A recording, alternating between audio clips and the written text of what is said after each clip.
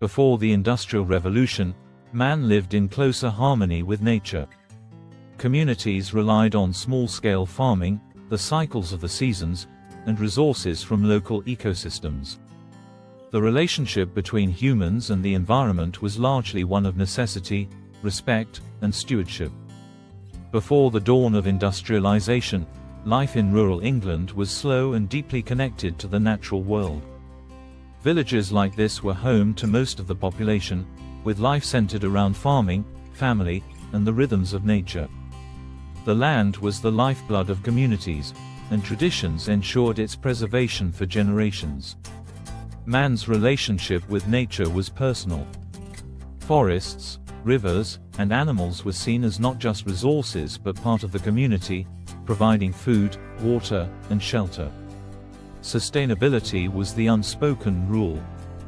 Communal areas, known as commons, provided a shared space for farming, hunting, and gathering. Nature was both a provider and a partner. But the balance between man and nature would soon shift dramatically. The Industrial Revolution, perhaps the most fundamental change in human history, transformed this relationship. As new technologies emerged, factories and machines became the engines of progress. Forests were cut down for fuel, rivers were harnessed and polluted to power machines, and entire landscapes were reshaped to meet the needs of industry. Now, let's step into this story and witness the transformation firsthand. You'll be creating your own industrial city based on this story.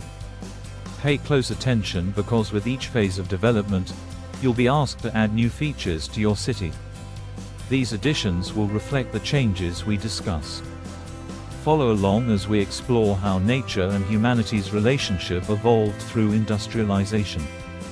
Here are the rules of the game. You will listen to a story on the progression of society during the Industrial Revolution.